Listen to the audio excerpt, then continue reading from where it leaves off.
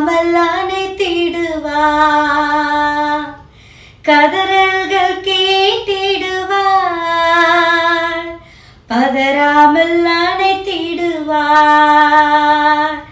அருள்நாதர் நாமமதில் ஒரு மனமாயுருகி தொழுகின்ற நேரமெல்லாம் எழும்பிடுவார் நடுவில். நாம் தொழுகின்ற நேரமெல்லாம் எழும்பிடுவார் நடுவில்.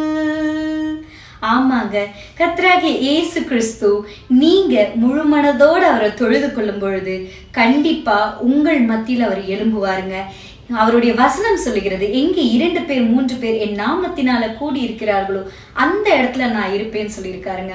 இன்றைக்கு உங்க முழு இருதயத்தோட நீங்க எந்த சூழ்நிலையில இருந்தாலும், எப்பேற்பட்ட பிரச்சனைகள்ல இருந்தாலும், எந்த நிலைமையில நீங்க கடந்து போயிட்டு இருந்தாலும், உங்க முழு இருதயத்தோட கர்த்தராகிய இயேசு கிறிஸ்துவை விசுவாசிச்சு அந்த இடத்துல, இயேசுவே நீங்க இல்லைன்னா என்னால எதுவுமே செய்ய முடியாது, உங்களுடைய உதவினால மட்டும்தான் என்னால வாழ்க்கையில முன்னேற முடியும்ட்டு முழுமனதோடு நீங்க சொல்லும் போது கண்டிப்பா நான் சொல்றேங்க, அருள்நாதர் கர்த்தராகிய இயேசு கிறிஸ்து உங்களுக்கு எல்லாவற்றையும் நேர்த்தியாய் செய்து கொடுப்பாருங்க. அவரை கூப்பிட்ட யாரையுமே அவர் புறம்பே தள்ளவும் மாட்டார்.